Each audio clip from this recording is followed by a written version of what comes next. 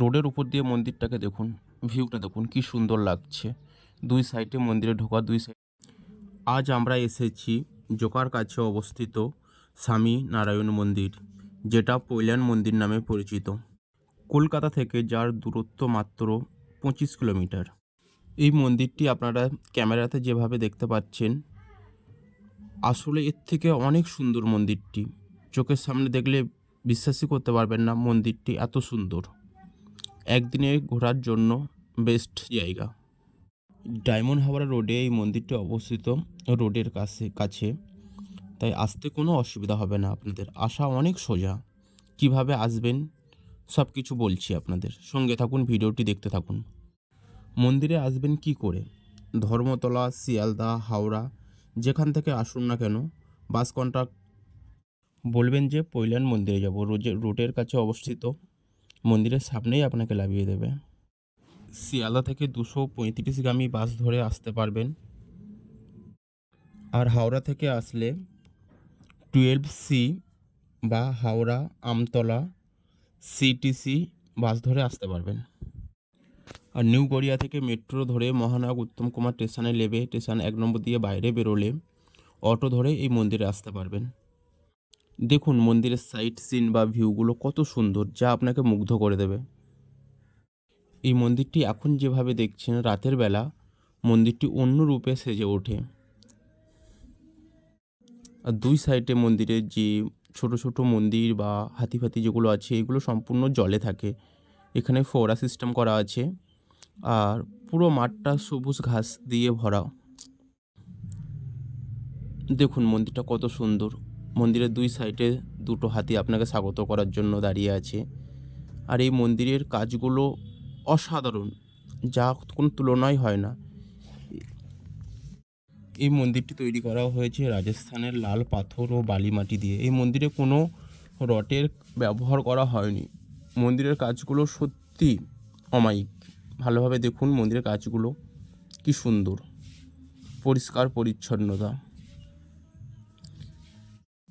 মন্দিরের ফুল ভিউটা দেখুন কি সুন্দর, গাছগুলো আপনাদের খুব মুগ্ধ করবে। মন্দিরে আগে ভিডিও করতে দিত কম বেশি, বাট এখন নিয়ম করে দিয়েছে মন্দিরে কোনো রকম ভিডিও করতে দেয় না, দুটো একটা ফটো তোলা যেতে পারে মন্দিরে। তাই লুকিয়ে লুকিয়ে যেটুকু পেরেছি তুলে ধরার চেষ্টা করেছি আপনাদের কাছে। স্বামী নারায়ণজিকে মোট 5বার আরতি করা হয়। মঙ্গল আরতি, শয়ন আরতি, সিঙ্গার আরতি, রাজভোগ আরতি আর শয়ন আরতি। স্বামী নারায়ণ মন্দির কোন টাইমে খোলা থাকে? দর্শনের জন্য সকাল 9টা থেকে 11টা পর্যন্ত খোলা থাকে, তারপরে পুরোপুরি বন্ধ হয়ে যায়। আবার খোলা হয় বিকাল 4টে থেকে সন্ধ্যে 7টা পর্যন্ত। আর সন্ধ্যা আরতি হয় 6:30টায়, সন্ধ্যা আরতি হয়। আর মাঝে যেটুকু সময় মন্দিরটি বন্ধ থাকে, সেটুকু সময়ের মধ্যে মন্দির প্রাঙ্গণে কাউকে কোনো রকমভাবে প্রবেশ করতে দেয় না ও মন্দিরের মধ্যে কাউকে থাকতে দেয় না। শ্রী স্বামীনারায়ণ মন্দির 2014 খ্রিস্টাব্দে আনুষ্ঠানিক পূজা অর্চনার মধ্য দিয়ে জনসাধারণের জন্য উন্মুক্ত করা হয়। কথিত আছে যে স্বামীনারায়ণ নীলকণ্ঠ বনি রূপে কপিলদেবের মণির আশ্রমে যাওয়ার সময় এই পথ দিয়ে গিয়েছিলেন। এটি কলকাতার সবথেকে বড় মন্দির। চলুন এবার মন্দিরে প্রবেশ করা যাক। জুতো রাখার জায়গা এখানে, জুতো রেখে এখানে জুতো রাখার জন্য কোনো রকম টাকা কোনো কিছুই নেওয়া হয় না। জুতো রেখে এবার মন্দিরে প্রবেশ করছি, দেখতে থাকুন ভিডিওটা। প্রবেশ করার সময় আপনি কোনো রকম ভিডিও কোনো কিছু তুলতে পারবেন না, তবুও চুরি করে যেটুকু তুলেছি দেখুন, কাজগুলো দেখুন, নকশাগুলো বিভিন্ন ধরনের ঠাকুরের মূর্তি দিয়ে তৈরি, ও সাইট সিন ভিউগুলো দেখুন, অনেক সুন্দর। মন্দির থেকে এই মন্দিরের দুটি আছে, একটা উপরে না নিচে। নিচের মন্দিরে কোনো রকমভাবে ক্যামেরা নিয়ে ঢুকতে দেয় না। তো যাই হোক, যেটুকু পারছি তোমাদেরকে দেখানোর চেষ্টা করছি। এবার আমরা নিচে যাব। নিচের মন্দিরে দেখুন সমস্ত গোল্ডেন আকৃতি, মনে হবে যে সব কিছু স্বর্ণ দিয়ে তৈরি আছে।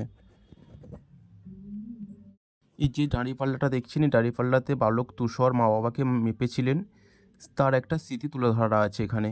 আর এইখান থেকে আপনি 50 টাকা দিয়ে ভোগ নিয়ে স্বামী নারায়ণজির মাথায় জল ঢালতে পারবেন। ওই যে ভিতরে স্বামী নারায়ণজি দেখতে পাচ্ছেন, ওখানটায় জল ঢালতে পারবেন এই গেট দিয়ে প্রবেশ করে। আর পুরোহিত থাকে আপনাকে মন্ত্র বলিয়ে পুজো করিয়ে দেবে। এটা হচ্ছে বাইরের অংশ, ভিতরের যতটুকু পাচ্ছি আপনাদেরকে দেখানোর চেষ্টা করছি।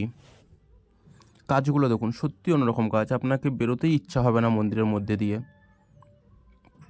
পুজো দেওয়া কমপ্লিট হয়ে গেছে আমাদের, তো আমরা এবার বাইরের দিকেই বের হবো এবার। দেখুন নকশা কারুকার্যগুলো সত্যি অন্যরকম। বাইরে এলাম, বাইরে এসে দেখুন বাইরের ভিউটা দেখুন কি সুন্দর। নিচের দুই সাইডে এখানে জল থাকে, আপাতত জল নেই। তো এই সাইডে শৌচালয় আছে, আপনারা ওয়াশরুমে যেতে পারবেন। আর এদিকটা ক্যান্টিন, চলুন ক্যান্টিনে যাওয়া যাক। চলুন ক্যান্টিনে যাওয়া যাক। তো এবার ক্যান্টিনের দিকে যাচ্ছি আমরা আস্তে আস্তে। এর অপোজিটটা ক্যান্টিন আছে।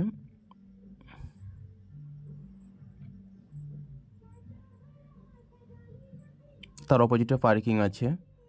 তো ক্যান্টিনের দিকে যাচ্ছি আস্তে আস্তে। চলুন দেখাতে থাকছি আপনাদেরকে।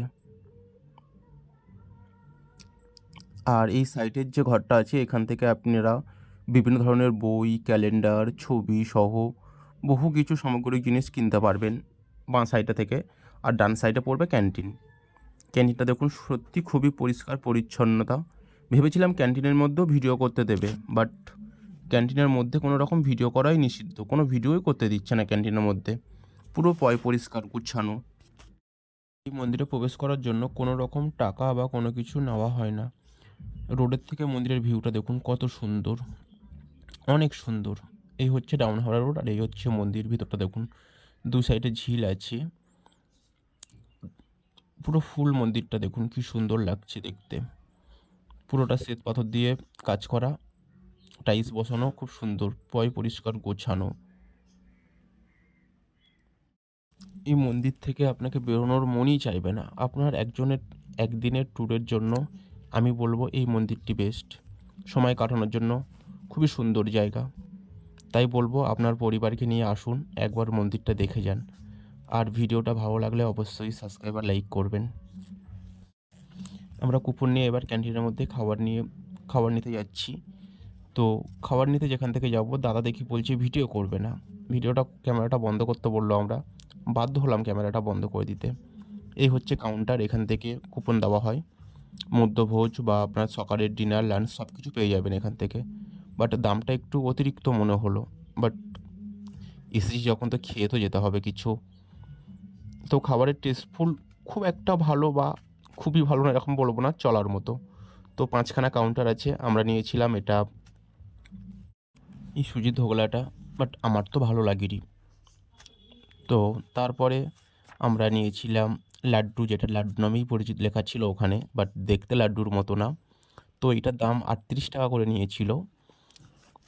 তো ভালো লেগেছিলো মোটামুটি। আর দুপুরের লাঞ্চটা হচ্ছে এই 100 এরকম সামথিং 150 মতো নিয়েছিল। তো খাবার খুবই একটা মানে বেটার না। তো চলুন খাওয়া দাওয়া শেষ করে আপনাদেরকে পার্কিং দেখাবো। এটা হচ্ছে পার্কিং এরিয়া। এখানে আপনারা 2 চাকা, 4 চাকা, 6 চাকা, 8 চাকা সব রকম নিয়ে আসতে পারবেন।